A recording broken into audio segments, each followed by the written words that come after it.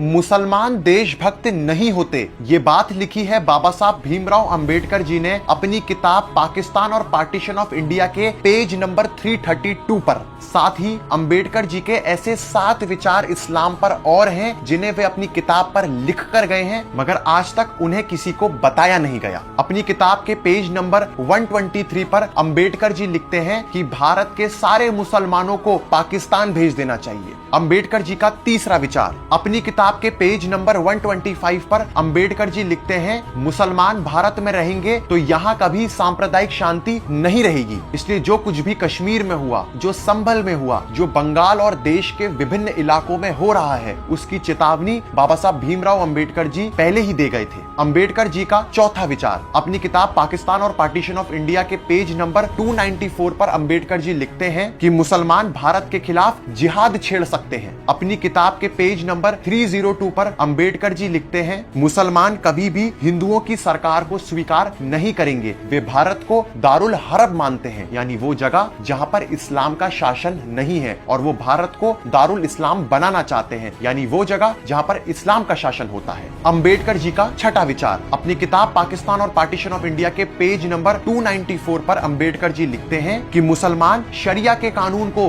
देश के कानून से ऊपर मानते हैं, मगर इस देश में वही लोग एक षड्यंत्र के तहत संविधान को ऊपर बताते हैं। मगर उन्हीं लोगों के लिए बाबा साहब भीमराव अंबेडकर जी लिख कर गए हैं कि वे शरिया के कानून को देश के कानून से भी ऊपर मानते हैं। अपनी किताब के पेज नंबर 231 पर अंबेडकर जी लिखते हैं कि बुरखे की वजह से मुसलमान यौन विकृति यानी सेक्सुअल डिसऑर्डर का शिकार बन जाते हैं। अंबेडकर जी का 8वां विचार। अपनी किताब पाकिस्तान और पार्टीशन ऑफ इंडिया के पेज नंबर 233 और 234 पर अंबेडकर जी लिखते हैं कि मुसलमान समाज सुधार के प्रबल विरोधी होते हैं। तो ये थे अंबेडकर जी के 8 विचार जिन्हें वो अपनी किताब पाकिस्तान और पार्टीशन ऑफ इंडिया में लिख कर गए हैं। मगर इस देश में अंबेडकर जी ने जो कहा उन्हें तोड़ मरोड़ कर समाज के सामने पेश किया जाता है, मगर जो बातें वो लिख कर गए हैं कोई नहीं बताता। इसलिए समय आ गया है कि सच सबके सामने आए और सभी को उनकी किताब पाकिस्तान और पार्टीशन ऑफ इंडिया को पढ़ना चाहिए। धन्यवाद।